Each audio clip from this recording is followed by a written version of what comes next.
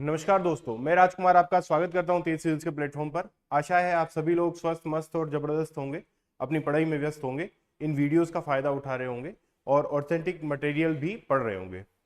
जैसा कि आपको पता है कि हमने संसद का चैप्टर स्टार्ट किया था, जिसमें मैंने बताया था कि आर्टिकल के लिए हम स्पेशली एक अलग से क्लास लाएंगे और जिसके अंदर सारे आर्टिकल किस तरीके से क्रमवार किसी ट्रिक के माध्यम से बहुत आसानी से याद किए जा सकते हैं।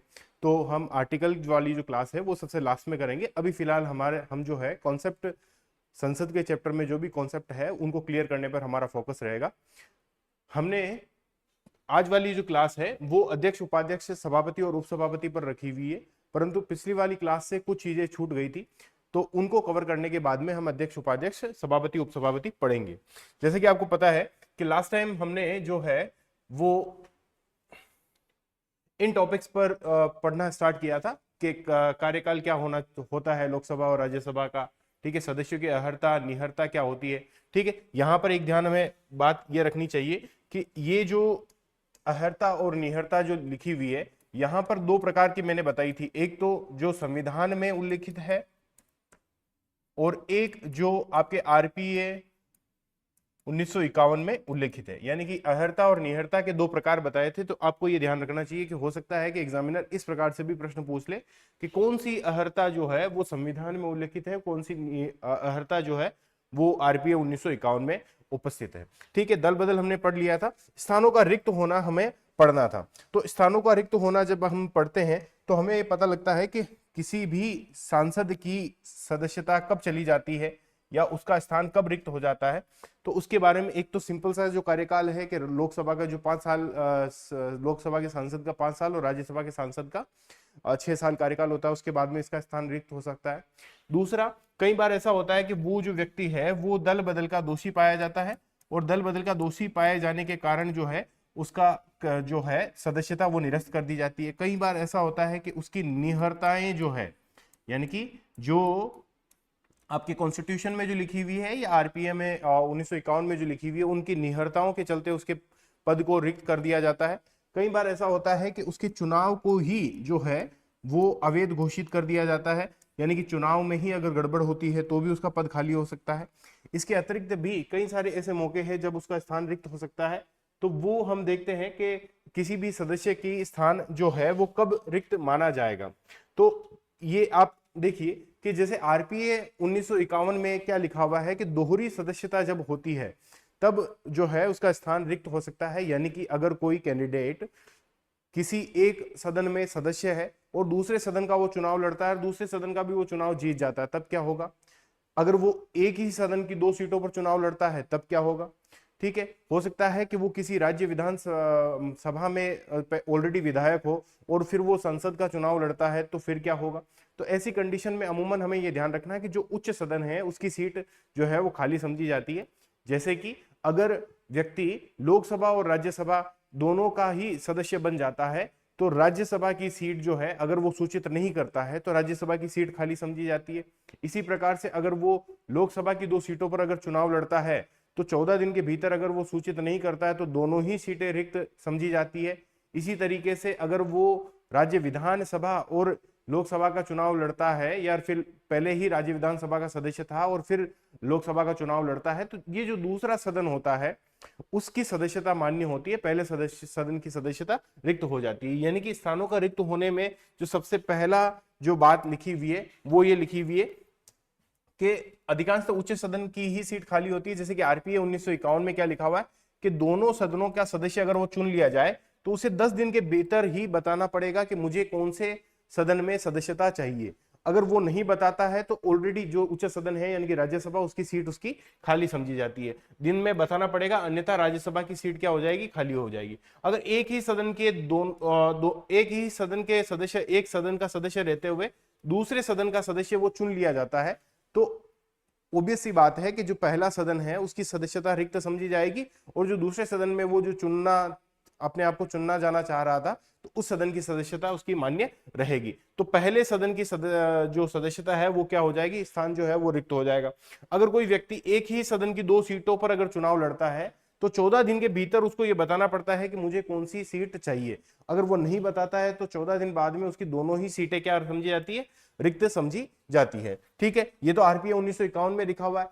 कई बार ऐसा हो सकता है कि कोई सदस्य जो है वो त्यागपत्र भी दे सकता है। तो त्यागपत्र एक सांसद किसको देगा, तो लोकसभा का सांसद जो है वो तो अध्यक्ष को देगा, और जो राज्यसभा का सांसद है वो सभापति को संबोधित करके अपना जो है त्यागपत्र देगा। तो लोकसभा में अध्यक्ष को और राज्यसभा में सभापति को त्यागपत्र देगा। कई बार ऐसा होता है कि कोई जो सदस्य है वो अनुपस्थित रहता है और बिना अनुमति के अनुपस्थित रहता है, तो अगर वह 60 दिन तक बिना अनुमति के अगर अनुपस्थित रहता है तो भी उसकी सदस्यता या फिर जो उसकी सीट है वो रिक्त समझी जाती है। अब इन 60 दिनों को काउंट करते समय ये बात हमें ध्यान रखनी चाहिए कि सपोज के जैसे कि सत्र चल रहा था कि 1 मार्च से आपके 20 मार्च तक सत्र चला। ठीक है, उसके बाद में क्या है कि यहाँ पे स्थगन हो गया था या सत्रावसान हो गया था, और सत्रावसान के बाद में फिर वापस 28 मार्च से वापस से सत्र चला है और 30 मार्च तक, या फिर ऐसा आप कर लो कि 20 से 30 तक छुट्टियां थी, और उसके बाद में 1 अप्रैल से 30 अप्रैल तक वो जो है वो सत्र चला था। तो यहां पर हमें ये देखना होगा कि वो क्या रेगुलर जो 60 दिन जो होते हैं वो अनुपस्थित रहा है, क्योंकि यहां पर अगर आप देखेंगे तो मार्च में तो वैसे 30 दिन होते हैं, अप्रैल में भी 30 दिन के मतलब मार्च में 31 दिन होते हैं और अप्रैल में 30 दिन के हिसाब से, तो वो जो है यहाँ पर अयोग्य ठहराया जाएगा, क्योंकि 30 और 31 61 दिन होते हैं और वो 60 दिन से ज्यादा है। परंतु हमें ये ध्यान रखना चाहिए कि 4 दिन से ज्यादा, ये देखो यहां पर जो गेप आ रहा है वो 4 दिन से ज्यादा की अगर सत्रावसान और स्थगन के दौरान अगर अवधि है तो उसको इस 60 दिन में काउंट नहीं किया जाएगा। यानी कि यहां पर तो वो 50 दिन ही गिना जाएगा, क्योंकि 20 दिन आपके मार्च के हो गए और 30 दिन आपके अप्रैल के हो गए, तो ये 50 दिन ही हुए। ठीक है, इसके अतिरिक्त भी अगर वो मई में भी 10 दिन रेगुलर और अनुपस्थित रहता है और सत्र चल रहा होता है तो फिर उसकी सदस्यता जो है वो निरस्त होगी, या यूं कहो कि उसका स्थान जो है वो रिक्त होगा। यानी कि 60 दिन तक अगर कोई व्यक्ति, अगर कोई सांसद बिना अनुमति के अनुपस्थित रहता है, जिसमें इस 60 दिन में क्या काउंट नहीं होगा, स्थगन और सत्रावसान के दौरान की कोई 4 दिन की अवकाश अगर चल रहा हो सदन में, तो वो इसमें काउंट नहीं होगा। तो हमें ये ध्यान रखना है यहाँ पर कि 60 दिन से अधिक की अवधि में बिना अनुमति के अगर वो अनुपस्थित रहता है, और इस 60 दिन में क्या काउंट नहीं होगा, स्थगन और सत्रावसान के दौरान लगातार 4 दिनों का जो अवकाश की अवधि है वो इसमें शामिल नहीं होगी। यानी कि आपको समझ में आ गया होगा कि जो अवकाश है अगर वो 4 दिन से ज्यादा का है या 4 दिन का है तो वो इस 60 दिन में काउंट नहीं होगा। ठीक है, इसके अतिरिक्त भी कई बार ऐसा होता है कि संविधान में उल्लेखित कुछ जो निर्हरताएं हैं उसका वो दोषी हो, या फिर वो 10वीं अनुसूची के तहत दल बदल का दोषी हो, तो भी जो है उसका स्थान रिक्त समझा जाता है। अन्य स्थितियां कौन सी हो सकती है, तो हो सकता है कि न्यायालय जो है उसका चुनाव जो है वो अमान्य कर दे। ठीक, हो सकता है कि जो सदन का जो अध्यक्ष और सभापति है वो उसको सदन से निष्कासित कर दे। ठीक है, ऐसा भी हो सकता है कि वो राष्ट्रपति और उपराष्ट्रपति के लिए चुन लिया जाए, ऐसा भी हो सकता है कि वो जो है किसी राज्य के राज्यपाल के लिए चुन लिया जाए, तो ऐसी कंडीशन में भी उसका स्थान जो है वो रिक्त माना जाएगा। तो ये कुछ 5 कंडीशंस है जिसके अंदर उसका स्थान रिक्त समझा जाएगा। अब बात करते हैं शपथ की।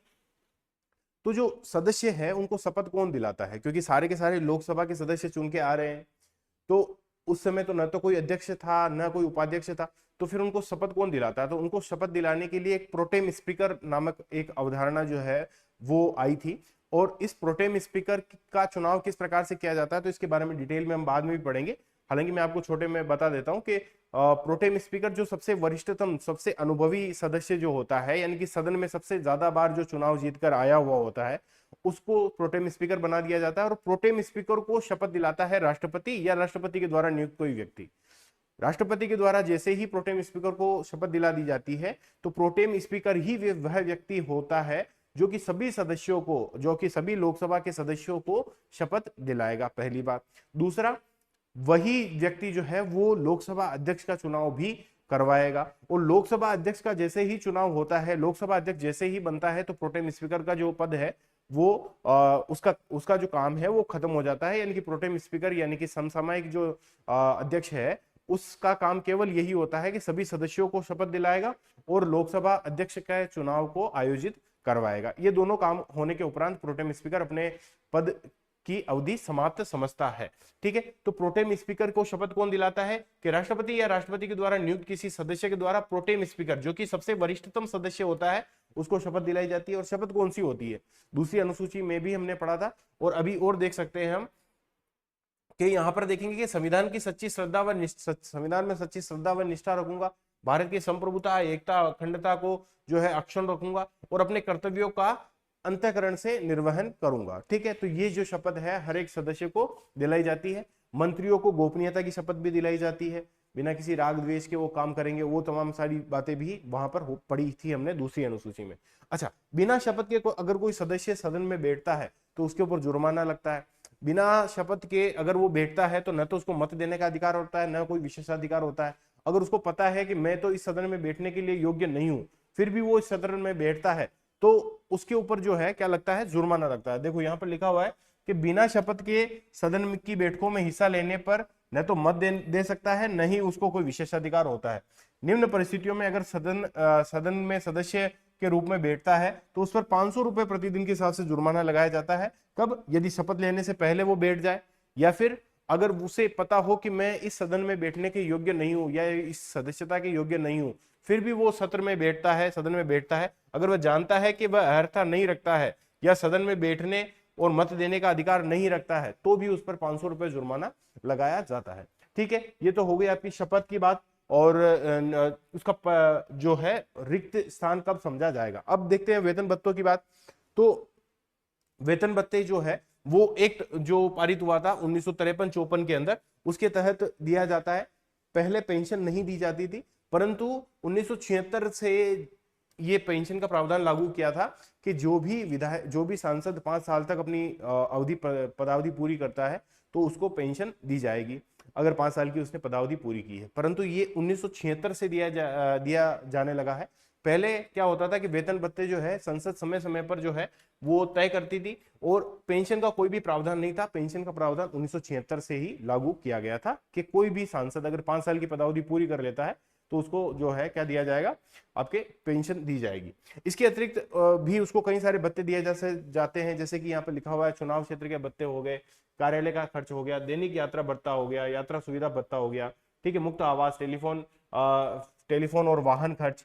ठीक है, और इसके अलावा चिकित्सा सुविधा आदि भी दी जाती है। 1954 में जो है वो संसद सदस्य वेतन भत्ता पेंशन अधिनियम एक्ट लाया गया था और वर्तमान में मतलब 1954 के अनुसार ही उनको वेतन भत्ते दिए जाने लगे थे, इस एक्ट के अनुसार ही। परंतु 2018 में अभी जो है इनके वेतन भत्ते बढ़ा दिए गए हैं, जिसमें सदस्यों के जो वेतन है वो 1 लाख प्रति माह तक कर दिया गया है। 70,000 उसमें ये भत्ते भी होते हैं।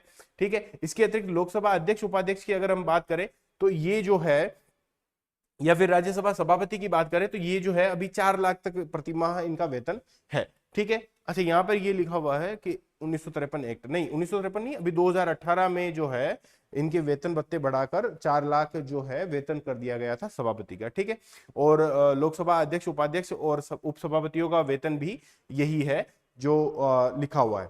ठीक है, इसके अतिरिक्त अगर हम देखना चाहें कि और क्या क्या चीजें इनको दी जाती है तो कई सारे विशेषाधिकार दिए जाते हैं, जिसके बारे में हम बाद में भी पढ़ेंगे।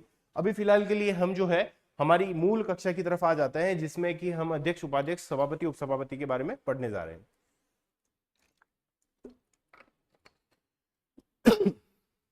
तो जैसा कि मैंने आपको बताया कि आर्टिकल बहुत ही इजीली हम याद करेंगे कि किस प्रकार से ये बहुत ही सीरियल वाइज, जैसे कि हमारा अगर कॉन्सेप्ट अगर हमारा क्लियर हो जाता है तो आर्टिकल एक सीक्वेंस में है, एक जो है यूं देखो कि वैज्ञानिक विधा के तहत जो है वो क्रमागत रूप से लिखे गए हैं। तो हमारे कॉन्सेप्ट अगर सारे क्लियर होते हैं तो आर्टिकल बहुत इजीली याद कर सकते हैं हम, वो हम बाद में करेंगे। सबसे पहले अध्यक्ष की बात अगर हम करना चाहें तो जो लोकसभा अध्यक्ष होता है, बात है यहां पर हम पीठासीन अधिकारियों की कर रहे हैं कि पीठासीन अधिकारी कौन होते हैं। तो जहां तक बात लोकसभा की है तो लोकसभा में अध्यक्ष और उपाध्यक्ष होते हैं। लोकसभा में कौन होते हैं, अध्यक्ष और उपाध्यक्ष होते हैं। इसी प्रकार से अगर राज्यसभा की बात करें तो राज्यसभा में सभापति और उपसभापति होते हैं, सभापति और उपसभापति होते हैं। ठीक, अब हम अगर अध्यक्ष की बात करना चाहें कि अध्यक्ष का चुनाव कैसे होता है, इसकी पदावधि कितनी होती है, इसको कौन कौन सी स्वतंत्रताएं निष्पक्षताएं दी गई है, और कौन सी शक्तियां दी गई है। तो सबसे पहले अगर हम अध्यक्ष की बात करें तो जैसा कि मैंने आपको बताया था कि अध्यक्ष का चुनाव जो है प्रोटेम स्पीकर के द्वारा करवाया जाता है। और वो कैसे करवाया जाता है, अगर हम चुनाव की बात करें तो चुनाव जो है वो सदस्यों में सदस्य मतलब जो सदन है, लोकसभा का जो सदन है, सदन के सदस्यों में से ही इनका चुनाव होता है, सदस्यों में से ही इनका चुनाव होता है। ठीक है, तो जिस भी पार्टी के पास में बहुमत होता है तो उसका ही अध्यक्ष यहां पर चुन लिया जाता है। ठीक है, अगर हम इसकी पदावधि की बात करें तो पदावधि ऐसी होती है, वैसे तो जनरली 5 वर्ष मानी जाती है, परंतु आप यहां पर ये देखिए कि ये सदन जब तक अस्तित्व में है तब तक तो होती ही है। इसके अतिरिक्त भी जब तक कि नई लोकसभा नहीं चुन ली जाती, जब तक कि नई लोकसभा का अध्यक्ष नहीं चुन लिया जाता या फिर नई लोकसभा नहीं चुन ली जाती, तब तक जो है इसकी पदावधि रहती है। यानी कि नई लोकसभा चुने जाने तक, नई लोकसभा चुने जाने तक जो है इसकी पदावधि होती है। जब हम बात इसकी शक्तियों की करेंगे तो शक्तियों में कई सारी चीजें आएगी। जैसे पहले हम इसकी स्वतंत्रताएं देख लेते हैं कि इसको ऐसी कौन कौन सी पावर्स मिली हुई है कि ये स्वतंत्र रूप से अपना कार्य कर लेता है। तो सबसे बड़ी पावर तो ये है कि इसका जो वेतन भत्ते हैं वो संचित निधि पर भारित होते हैं। संचित निधि पर अगर मैं ये शब्द बोलता हूं कि संचित भारत की संचित निधि पर इसके वेतन भत्ते भारित है, इसका मतलब ये है कि संसद को वोटिंग करने का अधिकार नहीं होता है इसके वेतन भत्ते को रोकने के लिए। यानी कि संसद चाह कर भी या फिर वोटिंग कर कर भी इसके वेतन भत्ते नहीं रोक पाती। अगर किसी भी व्यक्ति की वेतन भत्ते जो है अगर संचित निधि पर भारित होती है, उसका मतलब यह होता है कि संसद जो है उनके वेतन भत्ते नहीं रोक सकती, पहली बात। ठीक है, तो संचित निधि पर भारित होते हैं भैया क्या इसके वेतन भत्ते। इसके अतिरिक्त अगर हम देखना चाहें तो अगर संसद इसको संसद या लोकसभा इसको हटाना चाहे, इसके पद से हटाना चाहे, तो हटाने के लिए एक टिपिकल प्रक्रिया दी हुई है। जैसे कि सबसे पहले 50 जो व्यक्ति है उनके हस्ताक्षर किया हुआ संकल्प जो है वो 14 दिन पूर्व इस तक आना चाहिए, यानी कि पीठासीन अधिकारी तक आना चाहिए। तो हटाने का जो प्रक्रिया है उसमें हम ये पढ़ेंगे कि 50 व्यक्ति के हस्ताक्षर किए हुए संकल्प पत्र जो है वो 14 दिन पूर्व सूचना के, 14 दिन पूर्व सूचना के वो आना चाहिए। फिर ये जो संकल्प है वो प्रभावी बहुमत, प्रभावी बहुमत, अभी हम थोड़ी देर बाद में प्रभावी बहुमत क्या होता है, विशेष बहुमत क्या होता है, सामान्य बहुमत क्या होता है, ठीक है, पूर्ण बहुमत क्या होता है, वो तमाम सारी चीजें पढ़ेंगे। अभी फिलहाल के लिए इतना देख लो कि जितनी भी सीटें अभी वर्तमान के लिए है, यानी कि रिक्त सीटों को हटा दो, जितनी भी सीटें वर्तमान में मौजूद है, जितने भी सदस्य वर्तमान में मौजूद है, उनके बहुमत ही प्रभावी बहुमत या तत्कालीन सदस्यों का बहुमत कहलाता है। इसकी को हम जो है तत्कालीन सदस्यों का बहुमत भी कहते हैं। तो तत्कालीन सदस्यों के बहुमत से या प्रभावी बहुमत से अगर वो पारित हो जाता है तो ही इसको अपने पद से हटाया जा सकता है। तो ये एक टिपिकल प्रक्रिया है, तो ये भी उसकी स्वतंत्रताएं जो है वो सुनिश्चित करती है। इसके अतिरिक्त भी उसको कई सारी ऐसी पावर्स है, जैसे कि आप देखेंगे कि वो जो है वो सदन में एक तरीके से सर्वे सर्वा होता है। तो हम उसकी शक्तियों में भी यही पढ़ेंगे कि वो जो है संविधान की व्याख्या अगर इस सदन में करनी है तो कौन करेगा, वही करेगा। ठीक है, संसदीय विधाओं की अंतिम व्याख्याकार कौन होगा, तो वो भी यही होगा। सदन की परंपराएं क्या होगी, तो वो तमाम सारी चीजें भी यही डिसाइड करता है। ठीक है, तो स्वतंत्रताएं जो है वो अध्यक्ष की कई सारी होती है। ठीक है, उसको पावर्स होती है कई सारी, जैसे कि उसके कार्यों की चर्चा सदन में नहीं की जा सकती, ठीक है, या कार्यों की आलोचना सदन में नहीं की जा सकती, या फिर यूं देखो कि न्यायालय जो है वो सदन के कार्यों में हस्तक्षेप नहीं कर सकता। तो ये जो न्यायालय का हस्तक्षेप नहीं करना हो, न्यायालय का हस्तक्षेप नहीं करना हो या फिर उसके कार्यों की आलोचना नहीं करना हो, तो वो तमाम सारी चीजें कौन कर सकता है, वो अध्यक्ष के पास में ऐसी स्वतंत्रताएं होती है ताकि वो निष्पक्ष ढंग से सदन की कार्रवाई संचालित कर सके। जब हम अध्यक्ष की शक्तियों की बात करें तो शक्तियों में कई सारी ऐसी चीजें आती है, जैसे कि सबसे पहले मैंने ये देखा कि जैसे अभी मैंने आपको बताया कि संविधान हुआ या संसदीय नियम हुए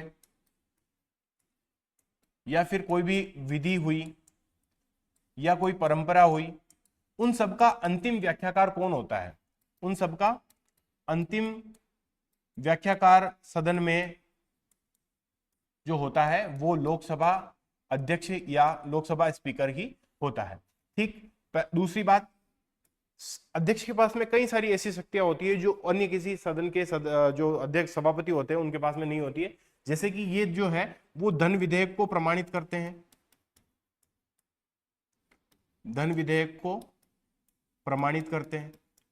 जैसे कि ये जो है वो सदन में अगर कोई दल बदल का दोषी है, ठीक है, तो दल बदल का दोषी जो व्यक्ति है उसके बारे में निर्धारण भी कौन करता है, वो भी अध्यक्ष ही करता है। अच्छा, ये धन विधेयक को जो प्रमाणित करता है, ये इसका प्रमाणन ही क्या होता है, अंतिम होता है। जैसे ही जो भी इसने प्रमाणित कर दिया कि ये विधेयक धन विधेयक है, तो उसको कहीं पर भी चुनौती नहीं दी जा सकती। ठीक है, इसी प्रकार से दल बदल जो है, दल बदल के दोषी का निर्धारण भी कौन करता है सदन में, लोकसभा में, तो वो भी लोकसभा अध्यक्ष ही करता है, निर्धारण भी यही करता है।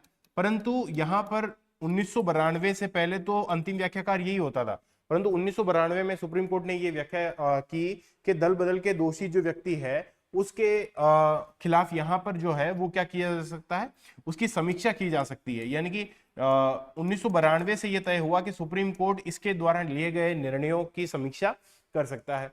तो ये भी एक शक्ति जो है वो आपके अध्यक्ष की है। इसी प्रकार से आप देखेंगे कि अध्यक्ष जो है वो किसी भी सदस्य को जो है सदन से बर्खास्त भी कर सकता है। ठीक है, इसके अतिरिक्त जैसे अध्यक्ष जो है अगर सपोज के कोई वोटिंग हो रही है और वोटिंग में इज इक्वल टू हो गया, यानी कि 100 मत पक्ष और विपक्ष दोनों में है, तो ये निर्णायक मत देने की भी शक्ति रखता है। अध्यक्ष क्या रखता है, निर्णायक मत देने की शक्ति भी रखता है। इसके अतिरिक्त भी कई सारी इसके पास में शक्तियां होती है। जैसे कि आप अगर देखना चाहें कि जो लोकसभा अध्यक्ष है वो उपाध्यक्ष के चुनाव की तारीख तय करता है, वो जो है वो सत्र को स्थगन करता है। ठीक है, वो जो है वो सत्र में किसी सदस्य के बारे में जो भी चीजें निर्धारित की जानी है या उसको कौन कौन से विशेषाधिकार दिए जाने हैं, कौन सा प्रस्ताव पेश होना है, कौन सा प्रस्ताव कब पेश होना है, उसका समय क्या होना चाहिए, कल क्रम क्या होना चाहिए, तो वो तमाम सारी चीजें भी जो है वो लोकसभा अध्यक्ष ही तय करता है। ठीक है, इसके अतिरिक्त जब हम बात करेंगे कि इसको हटाने की जब बात होती है, तो इसके हटाने की बात के दौरान ये स्वयं पीठासीन नहीं होता है। ये वाली जो अभी मैं बात कर रहा हूं ये तमाम सारे जैसे सभापति, उपसभापति, लोकसभा अध्यक्ष, उपाध्यक्ष सभी के लिए लागू होती है कि जब भी सपोज कि ये लोकसभा है, लोकसभा का ये पीठासीन व्यक्ति बैठा हुआ है, ठीक है, यहाँ पर लोकसभा के ये पक्ष और ये विपक्ष के सदस्य जो है वो बैठे हुए हैं। ठीक है, अब इनमें से कोई भी 50 सदस्य हस्ताक्षर करके 14 दिन पूर्व सूचित कर दे कि हमें तो लोकसभा अध्यक्ष के खिलाफ जो है संकल्प पारित करना है या उसको हटाने का महाभियोग प्रस्ताव पारित करना है, तो जैसे ही ये प्रस्ताव यहाँ पर रखा जाता है तो फिर यहाँ पर जो बैठने वाला व्यक्ति है वो लोकसभा अध्यक्ष नहीं होगा, वो लोकसभा उपाध्यक्ष होगा या फिर उपसभापतियों का जो पैनल होगा उसमें से यहाँ पर कोई व्यक्ति बैठता है। अभी देखते हैं हम, जैसे ही यहां पर संकल्प पारित होता है अध्यक्ष के खिलाफ, अध्यक्ष के खिलाफ अगर संकल्प पारित होता है या फिर संकल्प आता है तो अध्यक्ष स्वयं पीठासीन नहीं होगा। पहली बात, अध्यक्ष क्या है, स्वयं पीठासीन नहीं होगा। तो क्या अध्यक्ष उपस्थित भी नहीं रहेगा, तो क्या अध्यक्ष वोट भी नहीं दे सकता, नहीं दे सकता है। जैसे कि यहां पर जो है क्योंकि अध्यक्ष स्वयं लोकसभा का सदस्य है, इसीलिए अध्यक्ष जो है न केवल यहां पर उपस्थित रहेगा बल्कि अपना पक्ष भी रखेगा और वोट भी देगा, परंतु ये जो वोट देगा वो शुरू में ही दे देगा। ठीक है, शुरुआत में ही ये वोट दे देगा, यानी कि निर्णायक मत नहीं दे सकता। निर्णायक मत तो कौन देगा, जो पीठासीन है, और पीठासीन अध्यक्ष है ही नहीं, तो निर्णायक मत कौन देगा, तो निर्णायक मत जो पीठासीन है वो देगा। और अध्यक्ष कब मत देगा, अध्यक्ष शुरू में ही मत दे देगा कि मेरे अनुसार मेरे खिलाफ प्रस्ताव पारित किया जाना चाहिए या नहीं किया जाना चाहिए, यानी कि वोट जो ये देगा तो सही परंतु शुरू में दे देगा। अंत में जैसे कि यहां पर देखो ये शुरू में कभी मत नहीं देता, यहां पर जैसे जनरल जो मामले होते हैं वो शुरू में कभी मत नहीं देता, वो हमेशा निर्णायक मत ही देता है कि जब बराबर बराबर होते हैं तभी वो निष्पक्ष होकर निर्णायक मत देता है, पहली बात।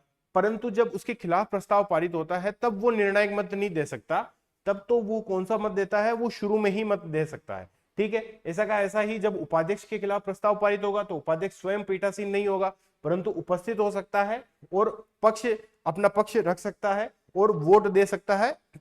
वोट कौन सा देगा, तो शुरुआत में ही वोट देगा। ऐसा का ऐसा ही जब हम सभापति के बारे में पढ़ेंगे तो सभापति के बारे में एक चीज अलग है, क्योंकि सभापति जो है वो राज्यसभा का सदस्य नहीं है। सभापति उपराष्ट्रपति होता है और उपराष्ट्रपति जो है वो राज्यसभा का सदस्य नहीं होता है।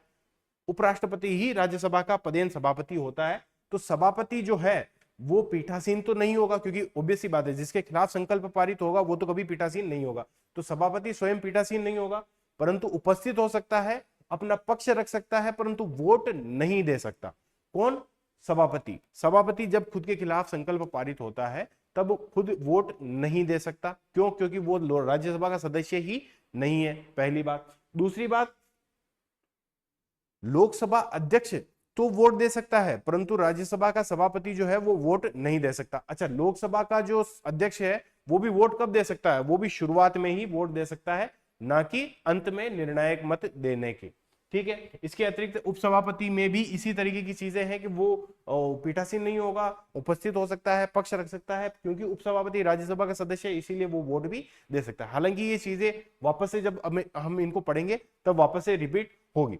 अभी फिलहाल के लिए हमें जो है वो अध्यक्ष के बारे में चीजें हमने पढ़ ली है। अब हम बात करते हैं उपाध्यक्ष के बारे में।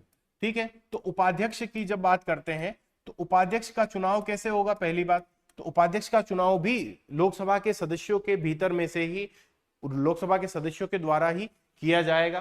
परंतु यहां पर उपाध्यक्ष के चुनाव की जो तारीख है वो तारीख कौन तय करेगा?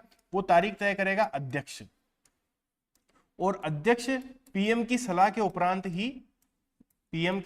उपरांत ही जो है इसकी अध्यक्ष उपाध्यक्ष के चुनाव की तारीख तय करेगा, पहली बात। सॉरी। इसके अतिरिक्त ये जो तारीख है वो, जैसे सपोज के प्रोटेम स्पीकर ने सभी सदस्यों को जो है वो क्या दिला दी? शपथ दिला दी, और उसने जो है अध्यक्ष का चुनाव करवा लिया और अध्यक्ष जो है ओम बिरला साहब चुन लिए गए।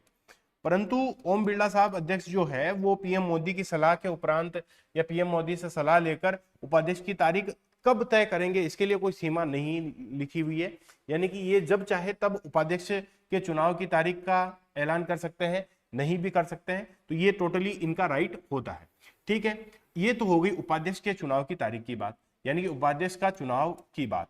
ठीक है। जब हम इसकी पदावधि की बात करेंगे तो पदावधि वही होगी कि सदन की जितनी अवधि होती है, सदन का जितना जीवन होता है, तब तक उपाध्यक्ष जो है अपना पद धारण करेंगे। यानी कि सदन के जीवन पर्यंत, मतलब सदन जो है जितने समय तक के लिए अस्तित्व में रहता है, 5 साल के लिए तो 5 साल, पहले भंग होता है 3 साल में तो 3 साल, तो तब तक जो है इसका चुनाव, इनकी पदावधि होगी। ठीक है। जब हम उपाध्यक्ष की बात करेंगे तो उपाध्यक्ष की शक्तियों की अगर हम बात करें तो उपाध्यक्ष कब बैठता है? तो उपाध्यक्ष जो है जब अध्यक्ष जो है वो अनुपस्थित होता है या अध्यक्ष का पद रिक्त होता है, तब जो है उपाध्यक्ष सदन का पीठासीन अधिकारी होता है। सदन का पीठासीन अधिकारी कब होता है? जब अध्यक्ष का पद रिक्त होता है या अध्यक्ष जो है वो अनुपस्थित होता है। ठीक। दूसरी बात, अगर अध्यक्ष खुद पीठासीन है, अध्यक्ष खुद मतलब है ना उसकी अध्यक्षता कर रहा है, तो फिर जो उपाध्यक्ष है वो क्या करेगा? तब वो फिर साधारण सदस्य की भांति सदन की कार्रवाई में भाग लेगा, वोट देगा, पक्ष रखेगा, ठीक है, चर्चाओं में भाग लेगा। परंतु जब वो सदन का पीठासीन अधिकारी है तब वो जो है तमाम सारी शक्तियां धारण करेगा, तमाम सारी शक्तियां और विशेषाधिकार धारण करेगा, जो कि किसके पास में है? अध्यक्ष के पास में है। ठीक है। जितनी भी शक्तियां और विशेषाधिकार अध्यक्ष के पास में है, वो तमाम सारी शक्तियां और विशेषाधिकार कौन धारण करेगा? उपाध्यक्ष, जब वो पीठासीन होता है। और जैसे कि वो जो है वो निर्णायक मत देगा, जैसे कि वो संविधान की व्याख्या करेगा, वो तमाम सारी चीजें जो भी अध्यक्ष की शक्तियां है वो तमाम सारी शक्तियां किसे मिल जाएगी? जो भी पीठासीन व्यक्ति है उसको मिल जाएगी। ठीक है। अच्छा, कई बार ऐसा भी होता है कि जैसे अध्यक्ष और उपाध्यक्ष दोनों ही जो है वो अनुपस्थित होते हैं। वो क्या है? दोनों ही अनुपस्थित होते हैं। तब यहां पर पीठासीन कौन होगा? तब पीठासीन होगा सभापतियों के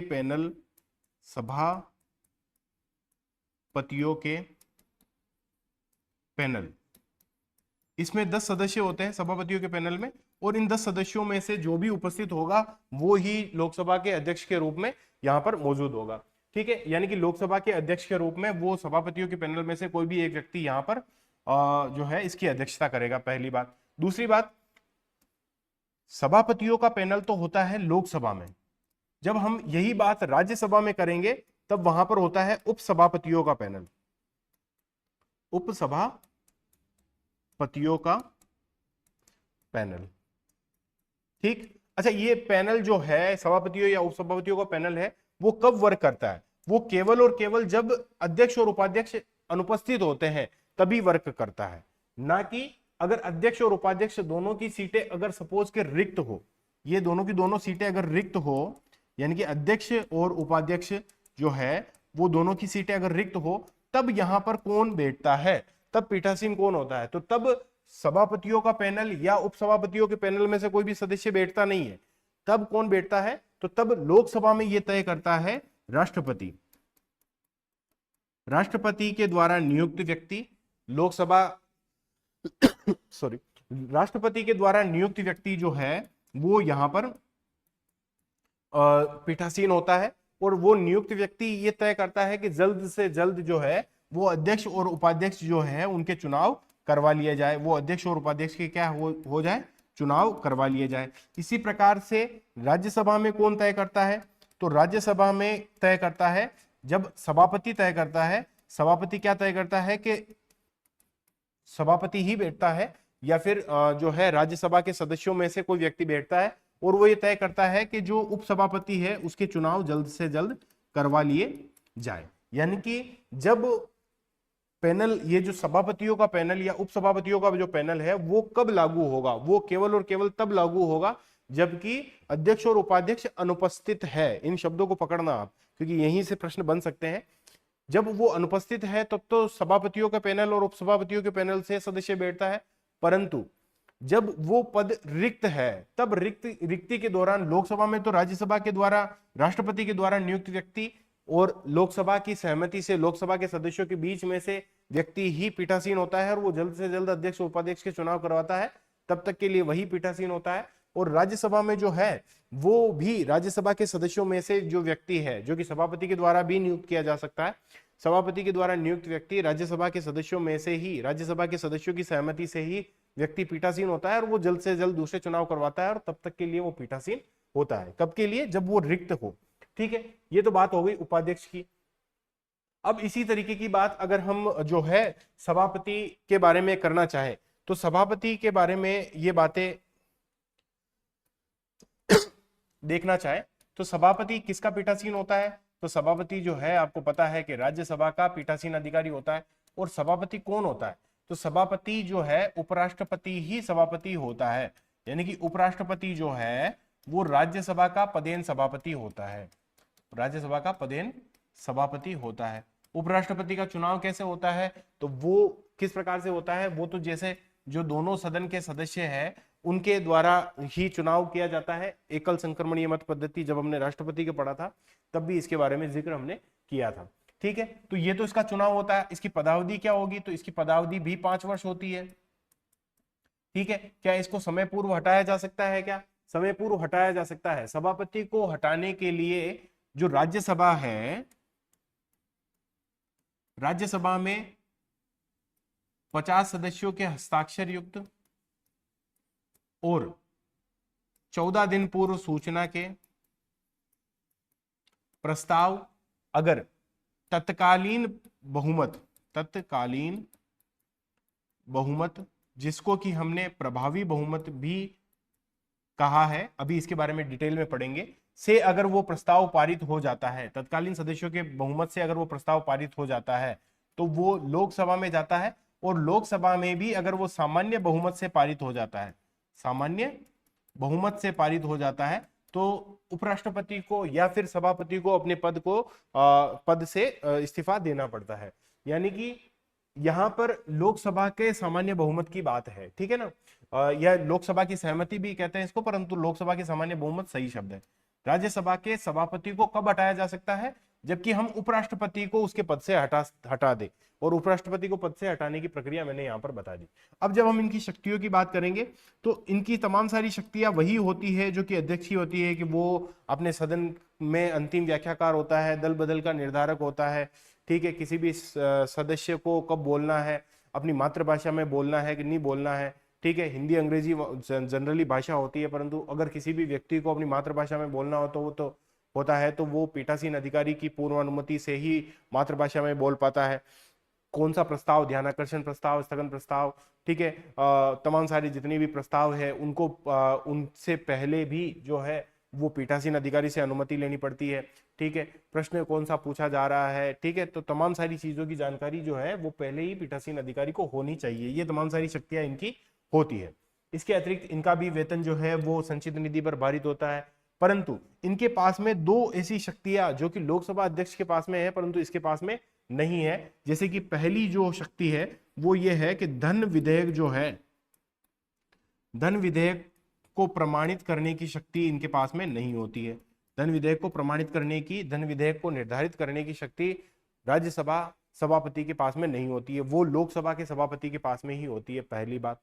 यानी कि जब हम डिटेल में धन विधेयक को पढ़ेंगे तब हमें पता चलेगा कि धन विधेयक किन विधेयकों को कहते हैं, कि जब संचित निधि से कोई धन निकाला या उसमें डाला जाए तो उसको धन विधेयक कहते हैं। और धन विधेयक के मामले में जैसे ही लोकसभा अध्यक्ष उसको प्रमाणित कर देता है तो राज्यसभा की शक्तियां वहां पर किस प्रकार से कम हो जाती है, तो वो तमाम सारी चीजें हम बाद में पढ़ेंगे। तो धन विधेयक को प्रमाणित करने की शक्ति जो कि लोकसभा अध्यक्ष के पास में होती है परंतु राज्यसभा सभापति के पास में नहीं होती। इसी प्रकार से जो संयुक्त अधिवेशन होता है, राज्यसभा और लोकसभा का जो संयुक्त अधिवेशन होता है, इस संयुक्त अधिवेशन की अध्यक्षता भी लोकसभा अध्यक्ष ही करता है, न कि राज्यसभा का सभापति। यानी कि ये दोनों ही शक्तियां ऐसी है जो कि लोकसभा अध्यक्ष के पास में तो है परंतु राज्यसभा के सभापति के पास में नहीं है। ये वाली बात हो गई आपके सभापति की। इसी प्रकार से उपसभापति की बात देख लो कि जो उपसभापति होता है वो कब अपनी सीट पर मतलब पीठासीन होता है, जबकि लोकसभा का सभापति जो है वो अनुपस्थित हो या उसका स्थान रिक्त हो। ठीक, जब ये दोनों ही अनुपस्थित होते हैं तब कौन बैठता है, तो तब उपसभापतियों का पैनल होता है जिसमें कि 10 सदस्य सदन के द्वारा ही नियुक्त किए जाते हैं। उनमें से कोई सदस्य अनुपस्थिति की उपस्थिति में बैठता है, परंतु रिक्ति की स्थिति में कौन बैठता है, जो सभापति तय करे या राज्यसभा के सदस्य तय करे, और फिर इनका चुनाव भी करवाया जाता है। ये तो हो गई बात उपसभापतियों के पैनल की। अब सभापति जो होता है वो जब उपसभापति जो होता है जब वो सभापति के रूप में पीठासीन अधिकारी होता है तब वो तमाम सारी शक्तियां धारित करता है, तब वो तमाम सारी शक्तियां धारित करता है जो कि सभापति के पास में होती है। तब उसको वेतन भत्ते भी वही मिलते हैं जो कि सभापति के होते हैं, ठीक है, तब उसको तमाम सारे विशेषाधिकार भी प्राप्त होते हैं। परंतु जब सभापति अपनी पीठ पर आसीन होता है, यानी कि सभापति जब पीठासीन होता है, तब उपसभापति क्या करता है, तो तब उपसभापति साधारण सदस्य की भांति चर्चाओं में भाग ले सकता है, वोटिंग कर सकता है, तमाम सारी चीजें, ठीक है। इसी प्रकार से सभापति की शक्तियों में भी वो तमाम सारी चीजें आएगी कि निर्णायक मत दे सकता है, कि जब वोटिंग बराबर होती है तब निर्णायक मत दे सकता है। परंतु जब इसको हटाने का संकल्प प्रस्तावित होता है तब ये पीठासीन नहीं होगा, पहली बात। तब ये हालांकि सदन में उपस्थित हो सकता है, अपना पक्ष रख सकता है, परंतु वोट नहीं दे सकता, परंतु वोट नहीं दे सकता। इसी प्रकार से जब उपसभापति को हटाने का प्रस्ताव संकल्प जब प्रस्तावित होता है तो उसमें भी यही है कि वो पीठासीन नहीं हो सकता, वो अपना पक्ष रख सकता है और उपस्थित हो सकता है, परंतु वो यहाँ पर वोट भी दे सकता है, वोट दे सकता है। क्यों? अच्छा, ये वोट दे सकता है और ये वोट क्यों नहीं दे सकता? ये वोट इसलिए नहीं दे सकता क्योंकि राज्यसभा का सभापति यानी कि उपराष्ट्रपति जो है वो राज्यसभा का सदस्य नहीं है। जबकि ये उपसभापति वोट क्यों दे सकता है? क्योंकि ये राज्यसभा का सदस्य होता है। परंतु ये जो वोट देगा वो शुरुआती वोट देगा, ना कि निर्णायक और अंतिम जो वोट होता है वो देगा, ठीक है। तो ये तमाम सारी चीजें हमने पहले भी देख ली है। अब इन तमाम सारी चीजों के बाद में एक बार हम पीपीटी को देख लेते हैं और कुछ चीजें अगर छूट गई है तो उनको भी हम पढ़ेंगे, ठीक है। तो संसद के पीठासीन अधिकारियों के बारे में आज वाली क्लास थी, जिसमें कि अध्यक्ष के बारे में हमने शुरू में डिटेल में पढ़ा था कि इसका निर्वाचन किस प्रकार से होता है। तो पहली बैठक के पश्चात में जो लोकसभा के सदस्य हैं जिनको कि प्रोटेम स्पीकर ने शपथ दिला दी है, उन्हीं सदस्यों में से जो है लोकसभा अध्यक्ष का चुनाव उपस्थित सदस्यों के बीच में से ही होता है। ठीक है, अगर हम इसकी पदावधि की बात करें तो पदावधि क्या होती है, तो पदावधि ये होती है कि अध्यक्ष जो है वो सदन के जीवन पर्यंत अपना पद धारण करेगा, परंतु वो 3 कंडीशन में जो है अपना पद छोड़ सकता है, यानी कि 3 कंडीशन में उसको अपने पद को से जो है हटना पड़ेगा। पहला, अगर वो जो है अपना त्यागपत्र उपाध्यक्ष को संबोधित करके दे दे, पहली बात। दूसरी बात, अगर वो सदन का सदस्य ही ना रहे, दूसरी बात। तीसरी बात, अगर उसके खिलाफ जो है वो जो प्रस्ताव है, जो संकल्प है वो पारित हो जाए, और संकल्प पारित होने की विधि मैंने आपको बताई थी कि 14 दिन पूर्व सूचना होनी चाहिए, 50 सदस्यों का हस्ताक्षर होना चाहिए। अगर वो प्रस्ताव 14 दिन पूर्व सूचना और 50 सदस्यों के हस्ताक्षर के उपरांत वो प्रस्ताव तत्कालीन बहुमत या प्रभावी बहुमत से लोकसभा से अगर पारित हो जाता है, तो वो जो है अध्यक्ष को अपने पद से हटना पड़ेगा। तो निम्न 3 स्थितियों को छोड़कर जो है वो अपने पद धारण करेगा। पहला, अगर वो सदन का सदस्य ना रहे, अगर वो उपाध्यक्ष को संबोधित करके त्यागपत्र दे दे। देखो, जो लोकसभा अध्यक्ष जो है,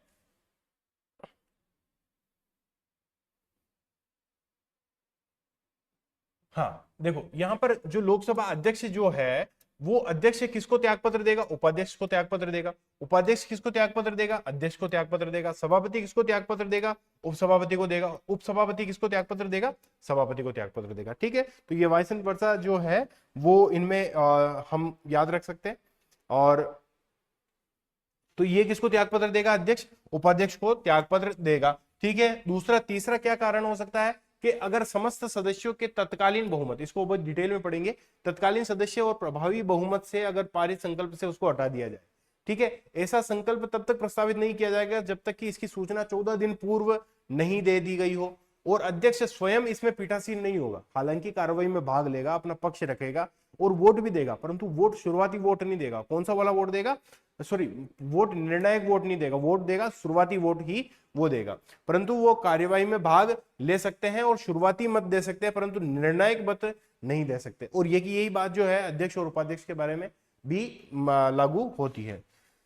ठीक है, इसके बाद में कई बार ऐसा होता है कि लोकसभा विघटित हो जाती है, फिर भी लोकसभा अध्यक्ष जो है वो अपने पद को नहीं छोड़ता। कब तक नहीं छोड़ता, जब तक कि नई लोकसभा नहीं चुन ली जाती है, तब तक के लिए उसकी प्रथम बैठक आयोजित नहीं कर दी जाती है, तब तक के लिए वो अपने पद पर आसीन रहता है। लोकसभा विघटित होने के उपरांत भी लोकसभा अध्यक्ष जो है वो अपने पद को नहीं छोड़ता और अगली लोकसभा की बैठक तक वो जो है वो पदासीन रहता है।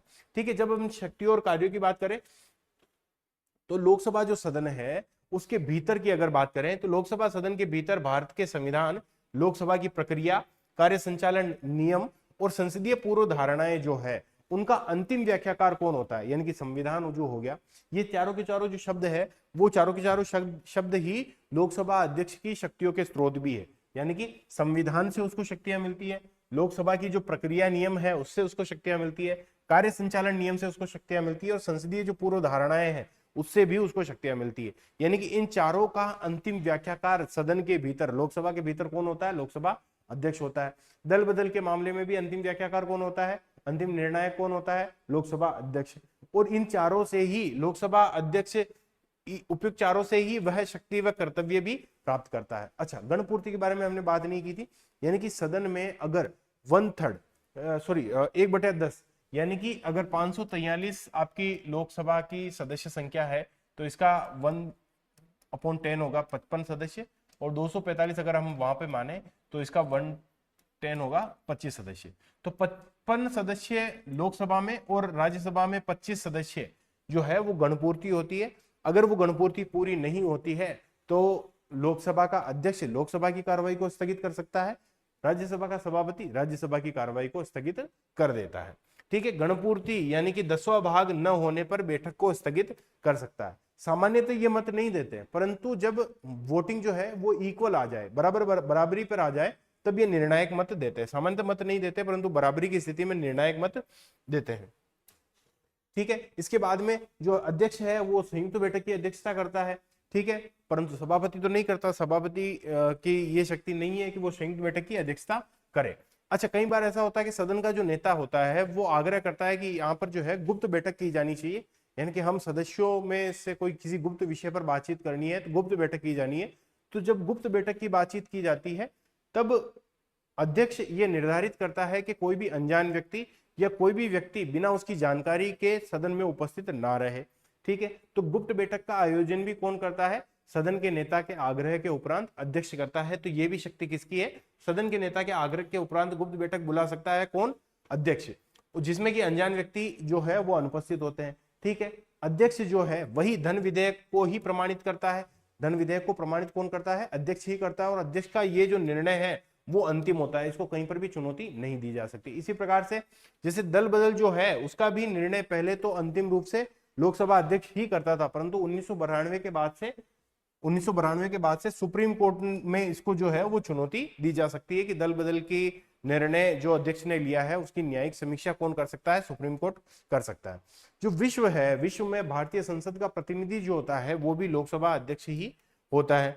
ठीक है, इसके अतिरिक्त लोकसभा जो अध्यक्ष है वो कई सारी संसदीय समितियों का अध्यक्ष भी होता है। ठीक है, अच्छा, कई सारी जो समितियां होती है उनके अध्यक्षों की नियुक्ति भी लोकसभा अध्यक्ष ही करता है। इसके अतिरिक्त जैसे सामान्य प्रायोजन समिति हो गई आपके, ठीक है, जैसे कि कार्य मंत्रणा समिति हो गई आपके, ठीक है, जैसे कि नियम समिति हो गई, सामान्य प्रायोजन समिति हो गई, उनका अध्यक्ष तो स्वयं खुद अध्यक्ष ही होता है। इसी प्रकार से जैसे कि सपोज के अध्यक्ष या सदस्य, अध्यक्ष या उपाध्यक्ष किसी भी कमेटी का अगर सदस्य है तो वो अनायास ही उसका सभापति भी हो जाता है। यानी कि अगर किसी कमेटी में अगर उपाध्यक्ष को सदस्य बना दिया गया है तो इसका सभापति कौन होगा? उपाध्यक्ष ही होगा। या फिर सभापति या उपसभापति को किसी कमेटी का सदस्य बना दिया गया है तो उसका अध्यक्ष कौन होगा? उपसभापति ही होगा। ठीक है, ये वाली बात यहां पर हो गई है। अच्छा, इसकी स्वतंत्रता को निर्धारित करने के लिए ये निष्पक्ष ढंग से काम करता रहे, इसके लिए कौन कौन सी शक्तियां इसको प्रदान की गई है? कि इसको हटाने की जो प्रक्रिया है वो काफी दुर्लभ है कि सबसे पहले 50 सदस्यों के हस्ताक्षरित जो पत्र है वो आना चाहिए, तभी इस प्रस्ताव पर चर्चा होगी, पहली बात। और चर्चा के उपरांत जब तत्कालीन सदस्यों के प्रभावी बहुमत से जब तक कि वो प्रस्ताव पारित नहीं हो जाता तब तक उसको पद से नहीं हटाया जा सकता। उसकी कार्यों व आचरण की आलोचना जो है वो कोई भी सदस्य नहीं कर सकता। कार्यों व आचरण की चर्चा व आलोचना जो है वो कोई भी नहीं कर सकता। सदन के कार्यों में जो है वो न्यायालय भी हस्तक्षेप नहीं कर सकता। उसकी जो डिग्निटी है, उसकी जो गरिमा है वो उसको मतलब उसको कौन सी रैंक प्रदान की गई है? तो जो आपका CJI है, जो चीफ जस्टिस ऑफ इंडिया है, यानी कि भारत का मुख्य न्यायाधीश है, उसके साथ में छठे स्थान पर जो है इसको वरीयता दी गई है सम्मान के मामले में। ठीक है, इसके वेतन भत्ते जो है वो संचित निधि पर भारित होते हैं। हालांकि हमारे यहाँ पर संसदीय परंपराओं में ये एक जो है दोष है कि ब्रिटेन में जो लोकसभा का यानी कि वहां की जो प्रतिनिधि सभा होती है उसका जो अध्यक्ष होता है वो अपने दल से क्या कर देता है? त्यागपत्र दे देता है। परंतु हमारे यहाँ पर वो अपने दल से त्यागपत्र नहीं देता। यानी कि जो ओम बिरला साहब है उन्होंने बीजेपी की सदस्यता से त्यागपत्र नहीं दिया है। यानी कि ब्रिटेन में जो अध्यक्ष होता है, जो लोकसभा का अध्यक्ष होता है, स्पीकर होता है, वो अपने पद से त्यागपत्र दे देता है, परंतु यहाँ पर भारत में नहीं। हालांकि ब्रिटेन में जो ब्रिटेन के विपरीत भारत में अध्यक्ष को अपने दल से त्यागपत्र देना नहीं पड़ता है। ठीक है, लोकसभा के उपाध्यक्ष की बात करें तो वही बात, सबसे पहले निर्वाचन को देख लो कि निर्वाचन जो है वो सदस्यों के बीच में से ही किया जा सकता है, किया जाता है, परंतु निर्वाचन की जो दिनांक है वो अध्यक्ष के द्वारा तय की जाती है पीएम की सलाह से, पहली बात। दूसरी बात, अगर स्थान रिक्त होता है, लोकसभा अध्यक्ष और उपाध्यक्ष का स्थान रिक्त होता है तो लोकसभा सदस्यों में से ही कोई व्यक्ति वहां पर पीठासीन होता है और जल्द से जल्द जो है आपके लोकसभा अध्यक्ष और उपाध्यक्ष के जो चुनाव है वो करवाए जाते हैं। ठीक है, लोकसभा अध्यक्ष के द्वारा मतलब राष्ट्रपति के द्वारा नियुक्त व्यक्ति ही बैठता है, सदस्यों के बीच में से तय किया जाता है और फिर राष्ट्रपति के द्वारा उसको नियुक्त किया जाता है पीठासीन अधिकारी के रूप में, जब अध्यक्ष और उपाध्यक्ष की का पद रिक्त हो। अनुपस्थित होने की बात नहीं हो रही है, रिक्त होने की बात हो रही है। ठीक है, तो पदावधि क्या होगी इनकी? तो अध्यक्ष के समान ही सदन के जीवन पर्यंत वो पद को धारण करेगा, परंतु अगेन वो 3 स्थितियां, अगर वो सदन का सदस्य ना रहे, अगर वो अध्यक्ष को संबोधित करके अपना त्यागपत्र दे दे, अगर उसके खिलाफ प्रभावी बहुमत से संकल्प पारित हो जाए जिसकी कि 14 दिन पूर्व सूचना दी गई हो। ठीक है, तो ऐसा अगर इन तीनों ही कंडीशन में उसको समय से पूर्व भी पद छोड़ना पड़ सकता है, सदस्य ना रहे, अध्यक्ष को संबोधित करके त्यागपत्र दे दे और लोकसभा के समस्त सदस्यों के प्रभावी बहुमत से संकल्प पारित करके उसको हटा दिया जाए। ठीक है, अध्यक्ष और उपाध्यक्ष जो, अच्छा उपाध्यक्ष जो है वो अध्यक्ष के अधीनस्थ नहीं है। ऐसा नहीं है कि अध्यक्ष के बाद में उपाध्यक्ष का नाम आ रहा तो वो उसके अधीनस्थ हो गया, नहीं, अधीनस्थ नहीं है, वो संसद के प्रति सीधा जिम्मेदार है, ठीक है, सीधा जवाबदेह है, ठीक है। यानी कि जब वो कार्य कर रहा है तो वो अपने आप को अध्यक्ष के अधीनस्थ मानकर कार्य नहीं कर सकता। उपाध्यक्ष जो है वो अधीनस्थ नहीं है बल्कि संसद के प्रति जिम्मेदार है, ठीक है।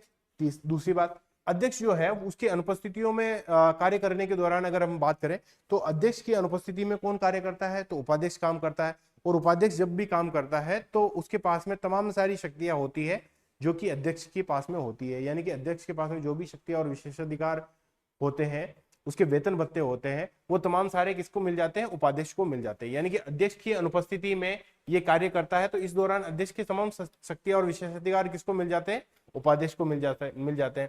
उपाध्यक्ष के पास में ये विशेषाधिकार होता है कि जब भी वो किसी संसदीय समिति का सदस्य बनता है तो वो उसका सभापति अनायास ही, स्वाभाविक ही बन जाता है।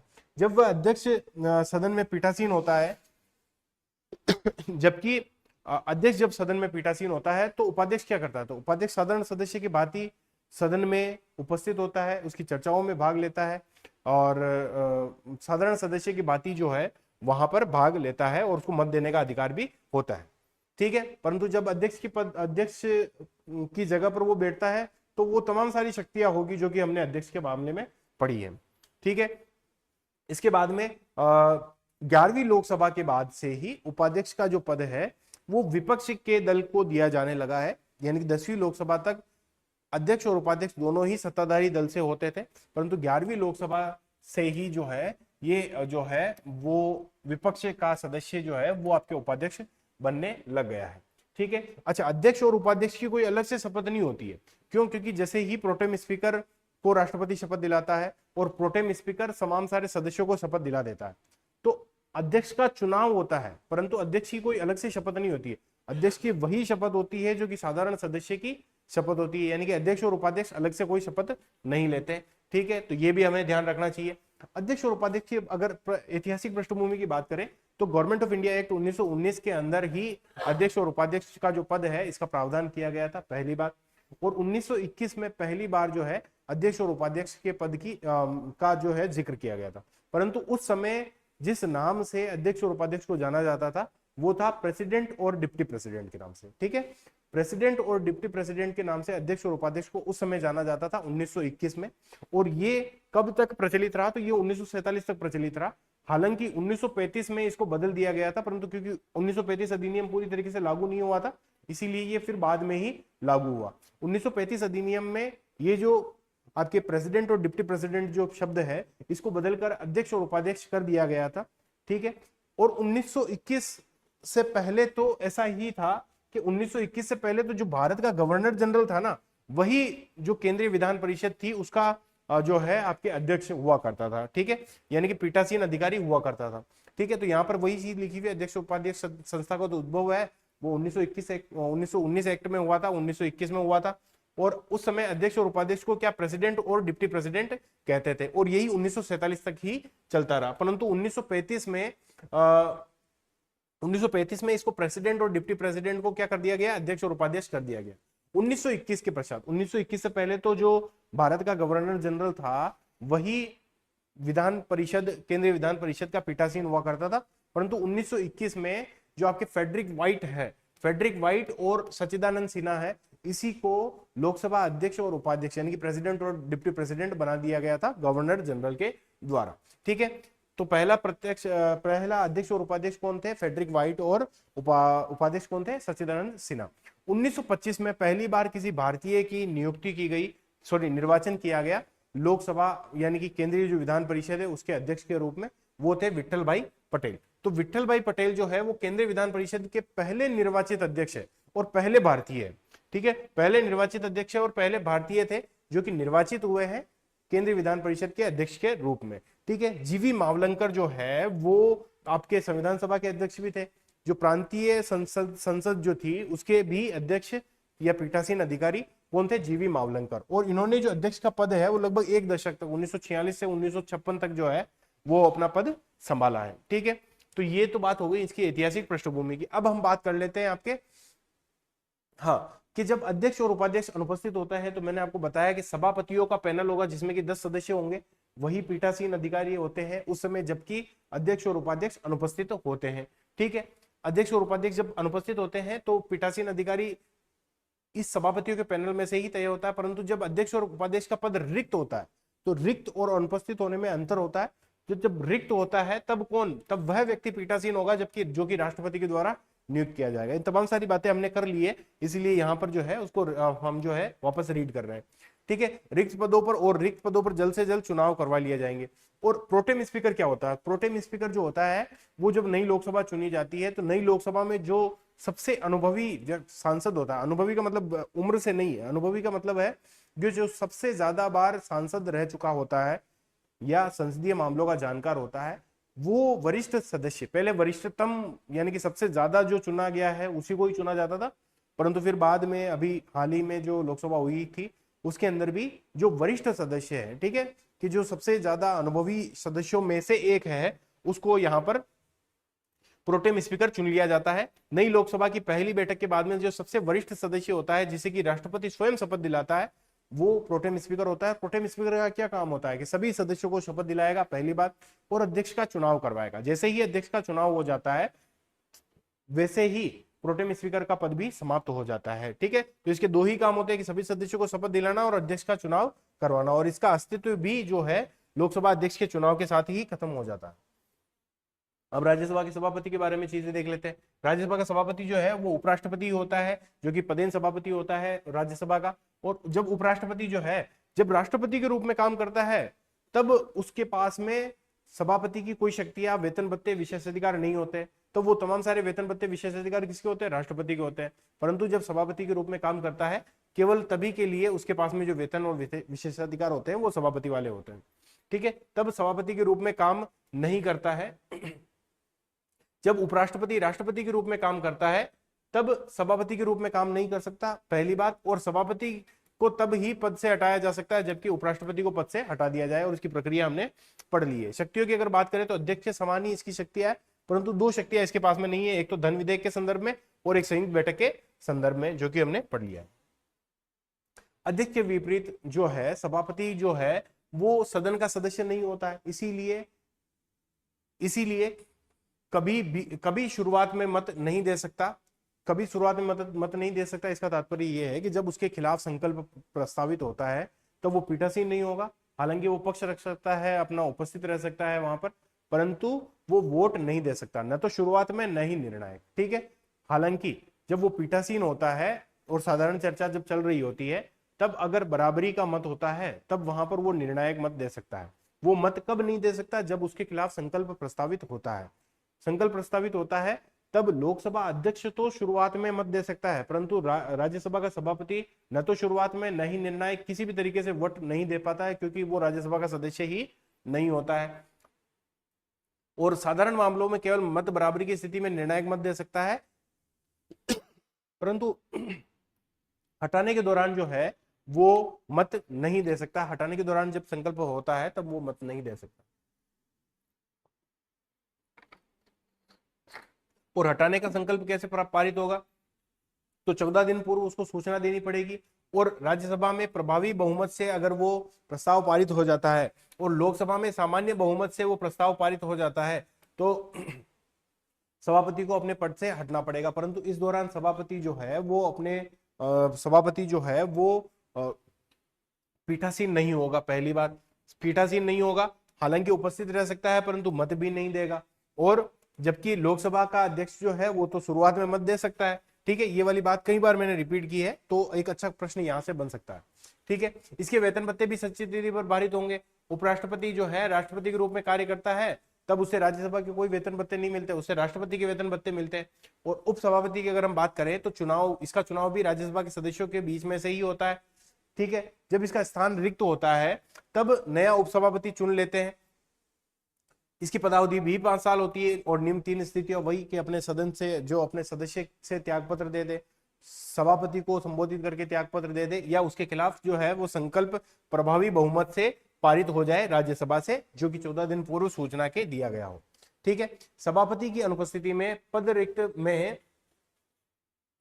सभापति की अनुपस्थिति में और पद रिक्ति में उपसभापति अपना पद संभालता है, उसका पीठासीन अधिकारी के रूप में पद संभालता है, ठीक है। और वो तमाम सारी शक्तियां धारण करता है जो कि सभापति के पास में थी। सभापति जो है, उपसभापति जो है वो सभापति के अधीनस्थ नहीं है। जिस प्रकार से उपाध्यक्ष नहीं था, उसी प्रकार से उपाध्यक्ष उपसभापति भी सभापति के अधीनस्थ नहीं है, वो सदन संसद के प्रति जवाबदेह है और वो तमाम सारी शक्तियां धारण करता है, जबकि वह सभापति के रूप में पीठासीन होता है, ठीक है। तो सभापति की भांति ही उपसभापति भी सदन की कार्रवाई में पहले मत नहीं दे सकता है, ठीक है। जब वो पीठासीन होता है तब वो पहले मत नहीं दे सकता, जब बराबरी की स्थिति में होती है तभी वो मत दे सकता है।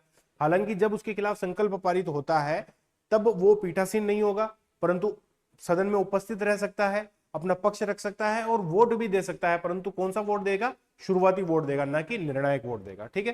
तो पहले मत नहीं दे सकता, बल्कि वह बराबर मत होने पर निर्णायक मत दे सकता है सामान्य कार्रवाई में। और जब उसे हटाने का प्रस्ताव विचाराधीन होता है तब वह कार्रवाई में पीठासीन नहीं होता है, सदन में उपस्थित हो सकता है, अपना पक्ष रख सकता है और मत भी दे सकता है। यानी कि हमने देखा कि अध्यक्ष, उपाध्यक्ष और उपसभापति जो है अपने खिलाफ संकल्प में जब प्रस्ताव पारित होता है तब वो वोट दे सकते हैं, परंतु कौन सा वोट देंगे? शुरू में वोट देंगे। परंतु जो सभापति है वो वोट नहीं दे सकता, क्योंकि वो राज्यसभा का सदस्य नहीं है। क्रक्स यही था जो हमने पढ़ा है। जब सभापति राज्यसभा की अध्यक्षता करता है तब उपसभापति साधारण सदस्यों की भांति सदन में उपस्थित होता है, साधारण सदस्यों की भांति भाग लेता है, वोट देता है, तमाम सारे काम करता है। सभापति की भांति उपसभापति के वेतन भत्ते भी कहां पर भारित होते हैं? संचित निधि पर भारित होते हैं, ठीक है। सभापति और उपसभापति की जब अनुपस्थिति होती है तब उपसभापतियों का पैनल होता है राज्यसभा में, सभापतियों का पैनल कहां पर होता है? लोकसभा में। तो यहाँ पर वो 10 सदस्यों का जो पैनल होता है उसमें से पीठासीन अधिकारी तय होता है। परंतु जब रिक्त होता है, रिक्ति की स्थिति में क्या होगा? तो रिक्ति की स्थिति में कुछ अलग होगा कि जब उपसभापति का पद रिक्त होता है तब वह व्यक्ति पीठासीन होता है जो कि सभापति नियुक्त करे या फिर राज्यसभा के सदस्यों में से सभापति नियुक्त करे और रिक्त पदों के लिए जल्द से जल्द चुनाव करवाया जाए, ठीक है। संसद का सचिवालय के बारे में पढ़ लेते हैं। मेरे ख्याल से जो समय है वो पर्याप्त हो गया है, तो इसके बाद में जो है प्रभावी बहुमत और इनके बारे में पढ़ना था, तो ये भी पढ़ लेते हैं, कोई बात नहीं, थोड़ा सा समय लगेगा। संसद के सचिवालय के बारे में अगर हम देखना चाहें तो दोनों सदनों के जो स्टाफ है, दोनों सदनों के अलग अलग जो है वो प्रत्येक का अलग से सचिवालय स्टाफ होता है और इनकी भर्ती और सेवा शर्तें जो है वो संसद के द्वारा तय की जाती है। और इन दोनों का मुखिया की अगर बात करें, इन दोनों का मुखिया कौन होता है? तो इन दोनों का मुखिया होता है आपके महासचिव, ठीक है। तो जो उत्पल कुमार सिंह है अभी वर्तमान में, तो वो जो है इन दोनों का मुखिया होता है। किनका? दोनों ही सचिवालय स्टाफ का मुखिया होता है और इसकी नियुक्ति जो है वो सदन का अधिकारी करता है। अब सबसे इंपॉर्टेंट जो है, बहुमत कई सारे पढ़े थे हमने, तो एक होता है साधारण बहुमत। साधारण बहुमत यानी कि क्या? कि जो भी, जैसे कि सदन है आपकी ये, ठीक है। अब ये लोकसभा है, लोकसभा में 543 सदस्य है, परंतु आज तो केवल 200 सदस्य ही आए हैं। तो साधारण बहुमत क्या होगा? उपस्थित और मत देने वालों का 50% प्लस 1। इसका 50% कितना होगा? इसका 50% होगा 100 और 100 प्लस 1 यानी कि 101। यानी कि साधारण बहुमत क्या होगा? साधारण बहुमत होगा उपस्थित और मत देने वालों का बहुमत। उपस्थित और, देखो सीटें तो टोटल इतनी है, ठीक है, परंतु उपस्थित और मत देने वाले कितने हैं? 200 ही है। तो 200 का बहुमत कितना होगा? 50% प्लस 1 यानी कि 101। तो ये होता है आपका साधारण बहुमत। और ये कब काम में आता है? जब साधारण विधेयक हमें पारित करने होते हैं, साधारण विधेयक होते हैं, धन विधेयक होते हैं, इनको जब पारित करना होता है तब साधारण बहुमत काम आता है। अब बात करते हैं पूर्ण बहुमत। जैसा कि नाम से ही स्पष्ट है, पूर्ण बहुमत यानी कि कुल सदस्य संख्या जो है, कुल जितनी सीटें हैं उनका 50% प्लस 1, यानी कि इसका 50% प्लस 1 होगा आपका 272, ठीक है। तो 272 जो है वो क्या होंगे? वो होंगे आपके पूर्ण बहुमत। और इसकी रिक्वायरमेंट कब होती है? जब सरकार का गठन किया जाता है। जब सरकार का गठन लोकसभा में किया जाता है तो पूर्ण बहुमत से ही किया जाता है। ये तो हो गया साधारण बहुमत और पूर्ण बहुमत। अब देखते हैं हम प्रभावी बहुमत और तत्कालीन बहुमत, ठीक है। यानी कि इफेक्टिव मेजोरिटी क्या होती है? प्रभावी बहुमत यह होता है, जैसे कि सपोज लोकसभा में 543 सदस्य सीटें हैं, परंतु यहां पर सपोज के 3 जो है वो सीटें रिक्त है, ठीक है। उनके सांसद जो है उनका चुनाव जो है या तो अयोग्य हो गया है, या उन्होंने त्यागपत्र दे दिया है, या जो है उनकी मृत्यु हो गई है, ठीक है। तो 3, अब 540 सीटें ही बची है। तो 540 सीटों का बहुमत जो होगा वही प्रभावी बहुमत होगा। यानी कि 540 सीटों का क्या बहुमत होता है? 27, 270 प्लस 1 यानी कि 271। तो अब प्रभावी बहुमत 272 ना होकर क्या होगा? 271 होगा। सपोज कि यही 13 सीटें खाली हो जाती, 13 सीटें खाली हो जाती तो 530 ही रह जाता, और 530 का आधा कितना होता है? 2, 6, 5। तो फिर कितना हो जाता? फिर 265 प्लस 1 266। तो फिर प्रभावी बहुमत कितना हो जाता? 266 ही हो जाता। यानी कि जितनी भी रिक्त सीटें हैं, जितने भी सांसद जो है अभी चुने नहीं गए हैं, या उनका चुनाव अयोग्य हो गया है, या जो उनकी मृत्यु हो गई है, या उनकी सीट रिक्त है, उन सीटों को हटा लो, और उन सीटों के बाद में जितनी कुल सीटें हैं उनका 50% प्लस 1 ही प्रभावी बहुमत या तत्कालीन बहुमत होता है। ठीक है, रिक्त सीटों को छोड़कर सदन के कुल सदस्यों का बहुमत ही क्या होता है? प्रभावी बहुमत होता है। प्रभावी बहुमत 4 जगह काम आता है। लोकसभा अध्यक्ष, उपाध्यक्ष, राज्यसभा सभापति, उपसभापति को जब संकल्प पारित करके हटाना होता है, तब वो कौन सा प्रस्ताव किस बहुमत से पारित होता है? वो प्रस्ताव वो प्रभावी बहुमत या तत्कालीन बहुमत से पारित होता है। अध्यक्ष, उपाध्यक्ष, राज्यसभा के सभापति, उपसभापति को हटाने के लिए जो प्रस्ताव होता है वो कौन से बहुमत से पारित होता है? तत्कालीन बहुमत। अब देखते हैं विशेष बहुमत। तो विशेष बहुमत में जैसे 368 में विशेष बहुमत का उल्लेख मिलता है, तो 368 में दो प्रकार के बहुमत की बात की गई। एक तो जो विशेष बहुमत, जो जनरल विशेष बहुमत होता है, एक संघीय विषयों के लिए विशेष बहुमत अलग होता है। ठीक है, तो विशेष बहुमत में यहां पर दो शर्तें होती है कि एक तो होती है कि उपस्थित और मत देने वालों का 2/3 प्लस 1। यानी कि सपोज के 543 सदस्य हैं, ये मैंने जब आपको विशेषता पढ़ाई थी तब भी पढ़ाया था, 543 सदस्य हैं, परंतु आज जो है वो 300 सदस्य ही उपस्थित है। ठीक है, तो उपस्थित और मत देने वालों का 2/3, तो इसका 2/3 कितना होगा? इसका 2/3 होगा 200 प्लस 1 यानी कि 201। 201 उपस्थित और मत देने वालों का हो गया। और कुल, तो दूसरी शर्त क्या होती है? कुल सदस्यों का पूर्ण बहुमत। तो कुल सदस्यों का पूर्ण बहुमत क्या होगा? इसका 272। इन दोनों में से जो भी ज्यादा है वो, मतलब दोनों ही शर्तें सेटिस्फाई होनी चाहिए। तो दोनों ही शर्तें कब सेटिस्फाई होगी? 272 से सेटिस्फाई होगी, क्योंकि 272 से ये वाली शर्त भी सेटिस्फाई हो रही है और ये वाली शर्त भी सेटिस्फाई हो रही है, क्योंकि यहां पर तो 201 ही है। तो इसे कहते हैं हम विशेष बहुमत। विशेष बहुमत में दो शर्तों का सेटिस्फाई होना जरूरी है कि उपस्थित और मत देने वालों का 2/3 बहुमत और कुल सदस्यों का बहुमत, जो कि 368 आर्टिकल में उल्लेखित है। तो यही विशेष बहुमत होता है। पहला विशेष बहुमत जो होता है वो जैसे कि संविधान संशोधन करने के लिए भी इस्तेमाल किया जाता है। ठीक है, हाई कोर्ट, सुप्रीम कोर्ट के न्यायाधीश को हटाने के लिए भी जो है इसका इस्तेमाल किया जाता है। कई सारे ऐसे संघीय विषय होते हैं जैसे कि राष्ट्रपति के चुनाव से संबंधित हो गए, ठीक है, जैसे कि आपकी 7वीं अनुसूची जो है उससे संबंधित हो गए। तो उसमें क्या होता है कि ये विशेष बहुमत तो होता ही है, प्लस आधे राज्यों की सहमति भी जरूरी होती है। ठीक है, तो कुल सदस्यों का बहुमत प्लस उपस्थित व मत देने वालों का 2/3 बहुमत प्लस आधे राज्यों का समर्थन जो है वो यहां पर जुड़ जाता है। इसके बारे में मैंने पहले भी आपको डिटेल में पढ़ाया था। तो ये आपके विशेष बहुमत के दो टाइप हो गए। एक होता है राष्ट्रपति के महाभियोग। तो जब राष्ट्रपति का महाभियोग चलता है तब तो जो कुल सदस्य है, कुल सीटें जितनी भी है, उनका 2/3 बहुमत मान्य होता है। यानी कि कुल सदस्यों का बहुमत, कुल सदस्यों का 2/3 बहुमत से राष्ट्रपति का महाभियोग पारित होता है। यानी कि लोकसभा में वो पारित होने के लिए 243 का 2/3 होगा। कितना होता है? 3 एकम 3, 3 8 24 और 3 एकम 3, 181 दूना 18 दूना 36 और 2 62, 262 प्लस 1, 363 सदस्य लोकसभा में जब वोटिंग करते हैं तभी राष्ट्रपति के महाभियोग का प्रस्ताव लोकसभा से पारित होता है। इसी प्रकार से 245 2/3, 8 या 24, 3 दूना 6, तो लगभग 8 दूना 16, 164 164 65 सदस्य, जब 164 65 सदस्यों के बहुमत से जब प्रस्ताव राज्यसभा से पारित होता है तभी राष्ट्रपति का महाभियोग प्रस्ताव पारित होता है। इसके साथ में आपके राज्यसभा के सभापति, उपसभापति, लोकसभा के अध्यक्ष, उपाध्यक्ष और ये तमाम सारे बहुमत के जो प्रकार है वो फिनिश होते हैं। कल हम संसदीय कार्रवाई जो है उसके बारे में तमाम सारी चीजें पढ़ेंगे। अगेन मैं आपको कहना चाहता हूं कि आर्टिकल के लिए ज्यादा लोड नहीं लेना है, एक ही क्लास में सारे के सारे आर्टिकल याद करवा दिए जाएंगे। और अभी फिलहाल के लिए हमारा फोकस जो है वो कॉन्सेप्ट क्लियर पे, मतलब कॉन्सेप्ट किस तरीके से हमारे क्लियर रहे, कौन कौन से प्रस्ताव होते हैं, लोकसभा अध्यक्ष जब उसका स्थान रिक्त होता है, अनुपस्थित होता है, तब कौन सीट पर बैठता है, तो वो तमाम सारी चीजें हमें पता होनी चाहिए। ठीक है, उनके खिलाफ संकल्प जब पारित होता है तब क्या होता है, तो वो तमाम सारी चीजें हमें पता होनी चाहिए। ठीक है, इसी के साथ में आपकी क्लास समाप्त होती है। क्लास को देखने के लिए आपका धन्यवाद। आपका दिन शुभ रहे।